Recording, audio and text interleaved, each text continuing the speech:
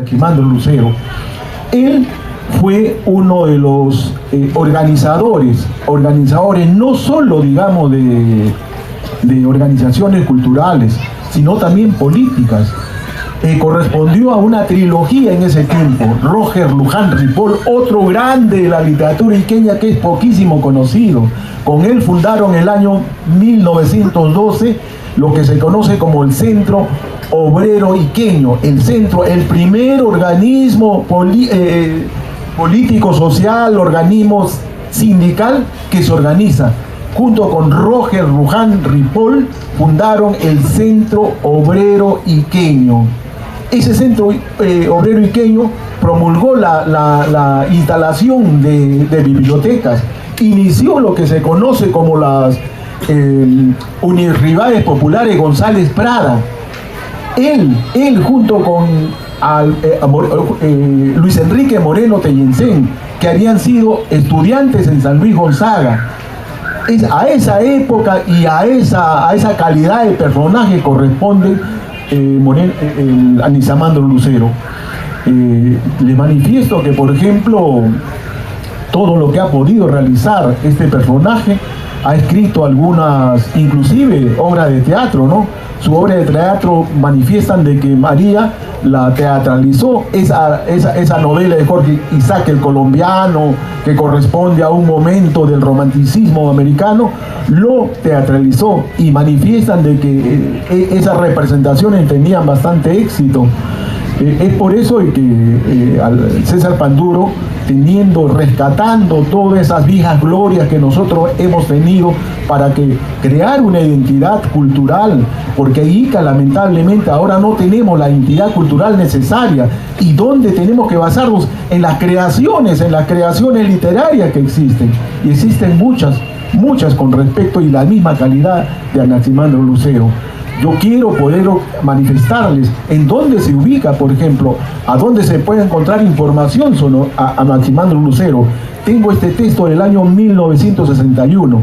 En este documento, que corresponde a la autoría de un periodista, Israel González Herrera, otro de los grandes periodistas que hemos tenido, periodista con mayúscula, no lo que tenemos ahorita, y disculpen los señores que se pueden ofender, pero es así, periodista con mayúscula, Israel González Herrera, que él reconoce que Anaximandro Lucero lo introdujo a poder colaborar en diarios como El Comercio, porque antes aquí en Ica había un diario El Comercio, a El Heraldo, a Eco, Regeneración, reconoce La Voz de Ica, La Opinión. Eran momentos en donde existían 7 u 8 periódicos en Ica y existían una gran cantidad de escritores en Ica, y ahora pues estamos huérfanos de todo.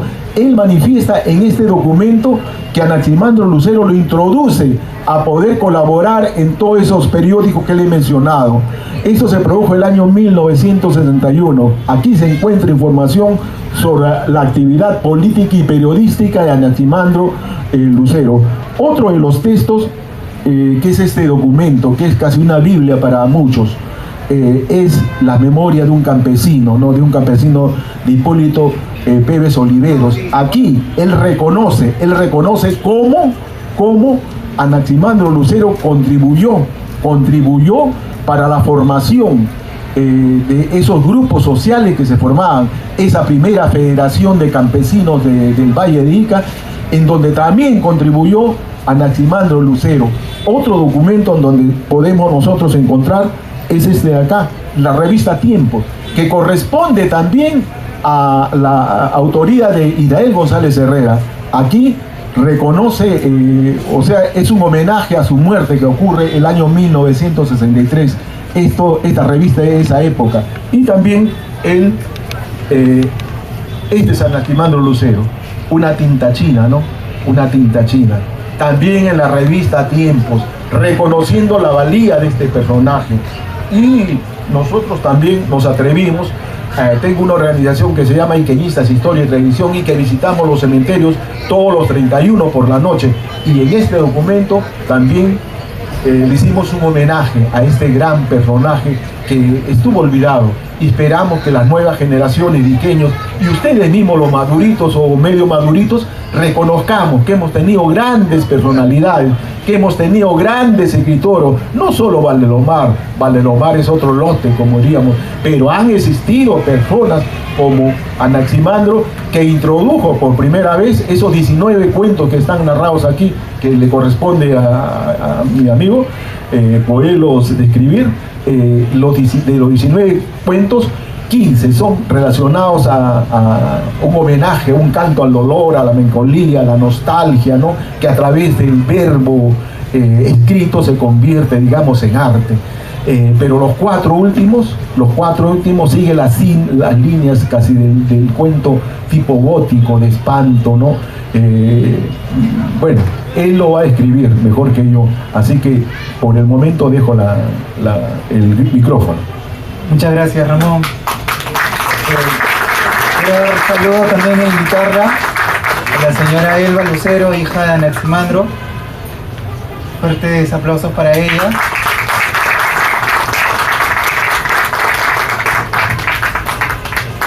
Bueno, y qué alegría también que nos acompañe Orlando, él es familiar directo de Anaximandro. Y él ha escrito una extraordinaria novela. Esperamos mucho sus amigos de lo que venga en su literatura. Creo que Anaximandro estaría muy contento de tu literatura, Orlando. Gracias, César, por tus palabras.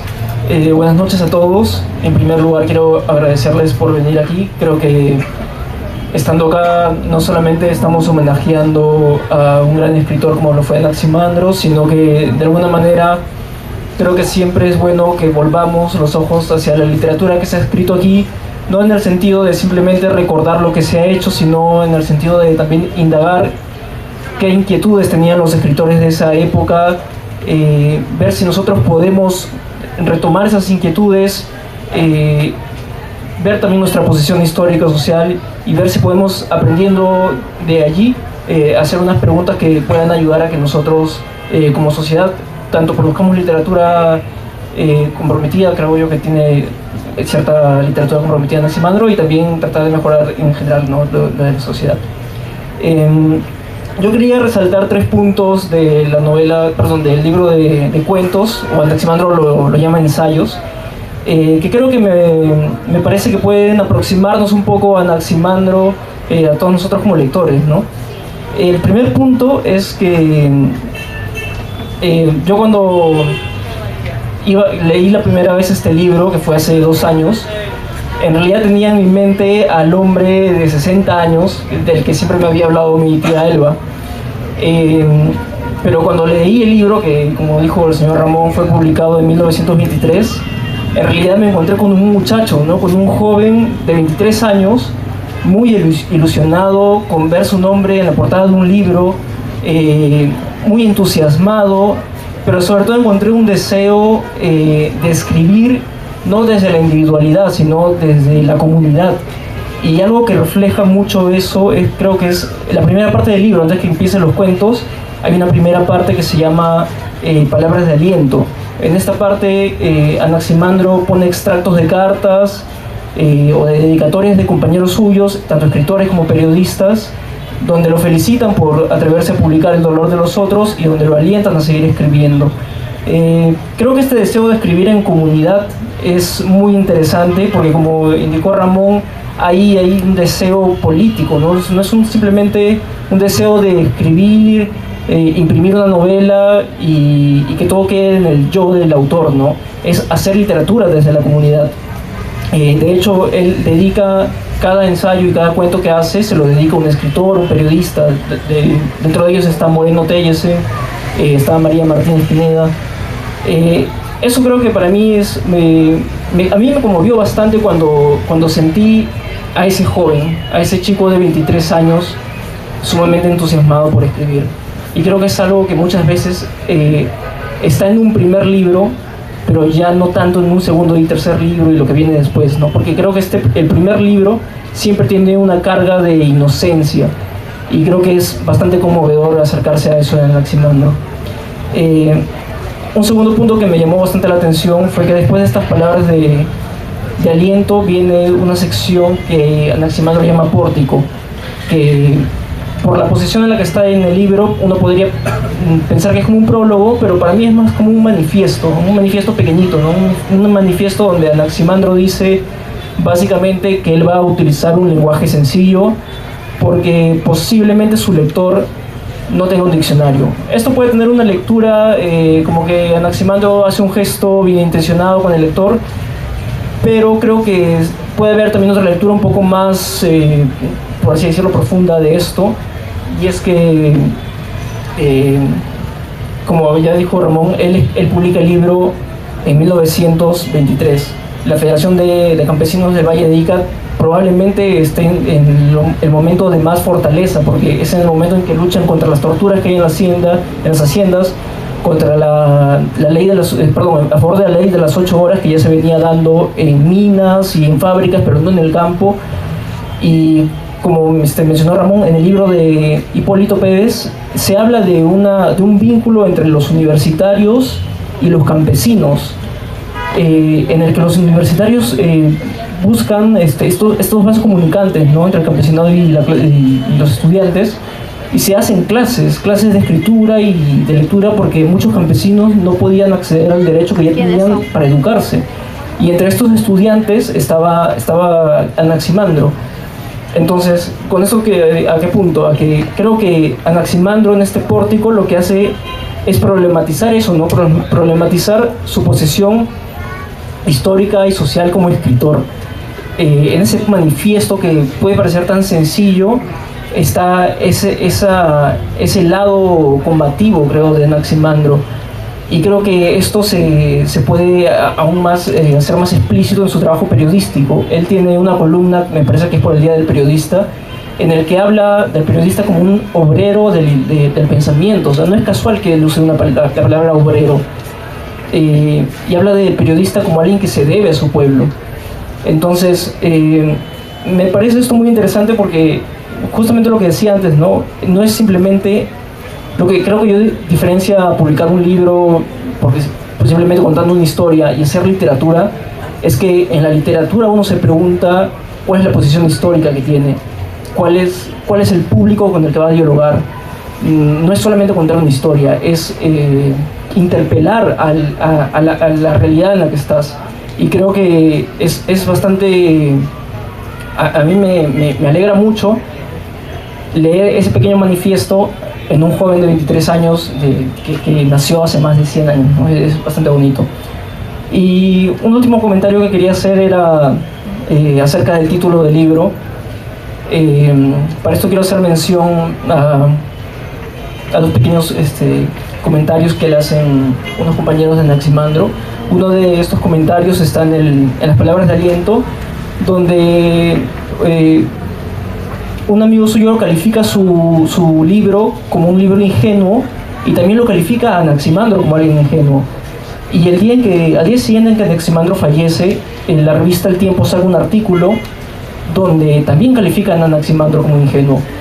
Y bueno, nosotros creo que en nuestro tiempo estamos muy habituados a interpretar la ingenuidad peyorativamente, no despectivamente, como que es sinónimo de alguien que se deja tomar el pelo o algo por el estilo.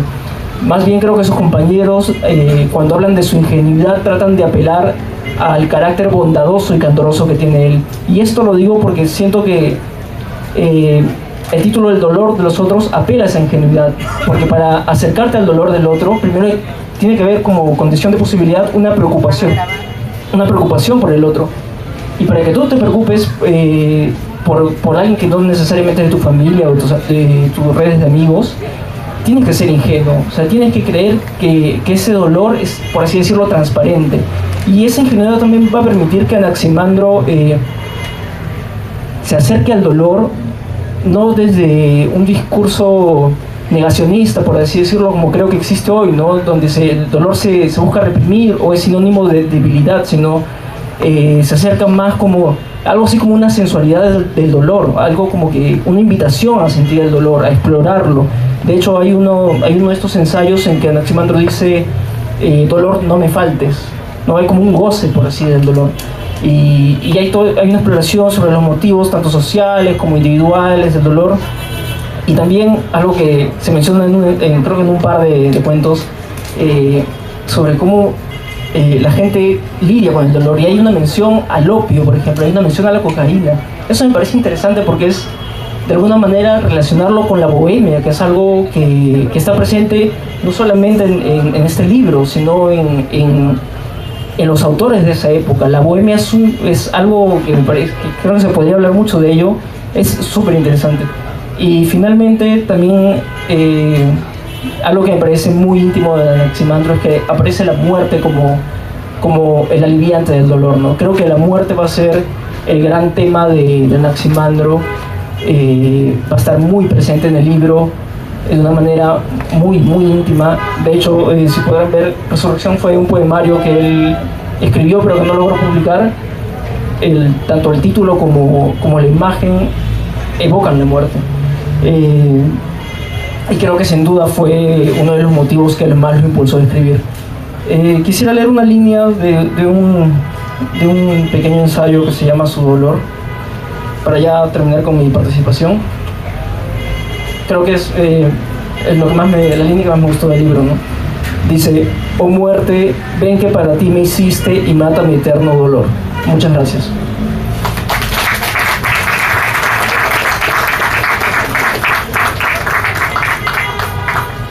Bien, me estaba olvidando también, esta portada la ha realizado la artista iqueña Lucía Quispe.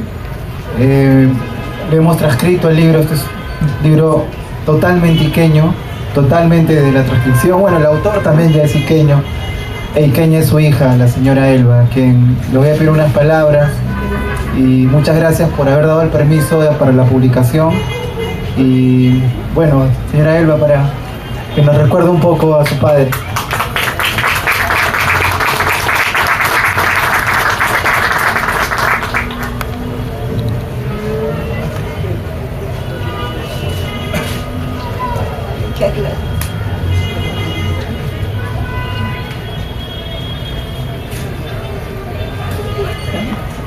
Muchísimas gracias por este homenaje que ha pasado 73 años para que alguien le haga un padre para estoy muy emocionada y muy agradecida porque sé lo que es tratar de conseguir las notas importantes de la vida diaria. El problema es que en eso tenemos que ir los periodistas, ver qué es lo que podemos hacer en favor de tantas instituciones. Y no queda por eso que el periodismo que dice existe tal lugar, muchos no conocen. Yo de mi padre tengo que decir que desde chiquito, yo de chiquita, él me enseñaba a escuchar la radio América y Radio El Sol de ese romano, pero que me hacía escuchar las noticias y me decía: esto está mal, esto no es así, esto no es así. A la edad de los 15 años, siempre las noticias, que escuchara las noticias, eso se me ha quedado hasta ahora. Primero que veo es la noticia. Yo estoy muy emocionada, soy muy tímida, soy hablada para las entrevistas, pero muy tímida en la vida personal. Me cuesta muchísimo. Le agradezco a ustedes todo lo que han hecho por mi padre. Yo decía antes que me vengan esa condecoración, esa medalla, ese diploma con el padre. Estoy muy agradecida por eso y a mi familia que me lo apoya mucho.